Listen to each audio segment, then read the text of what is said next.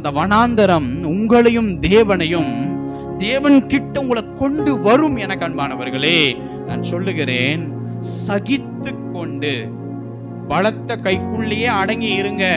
ஒரு பெரும் உயர்வை கர்த்தர் சரியான நேரத்தில் உங்கள் வாழ்க்கையில கொண்டு வருவார். அதற்கு உண்மையாய் மாற, அந்த தகுதி உன் மேல வர யார் சிபாரிசும் வேண்டாம். அவரை நம்பி பாடுகள் மத்தியில பலத்த கைக்குள் அடங்கி இருந்தால் மாத்திரம் போதும்.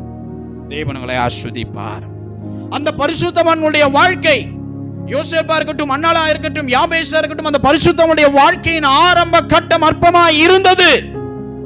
ஆனால் அவர்கள் தேவனைக்குள் தங்களை திடப்படுத்திக் கொண்டு பலத்த கைக்குள் அடங்கி இருந்ததனால் அவங்க வாழ்க்கையில கர்த்தர் உயர்வை கட்டளையிட்டார். அல்லேலூயா. அதனாலதான் வேதம் சொல்லுகிறதுங்க, சோதனையை சகிப்பவன் பாக்கியவான். அந்த சகிப்பு தன்மை ரொம்ப முக்கியம்.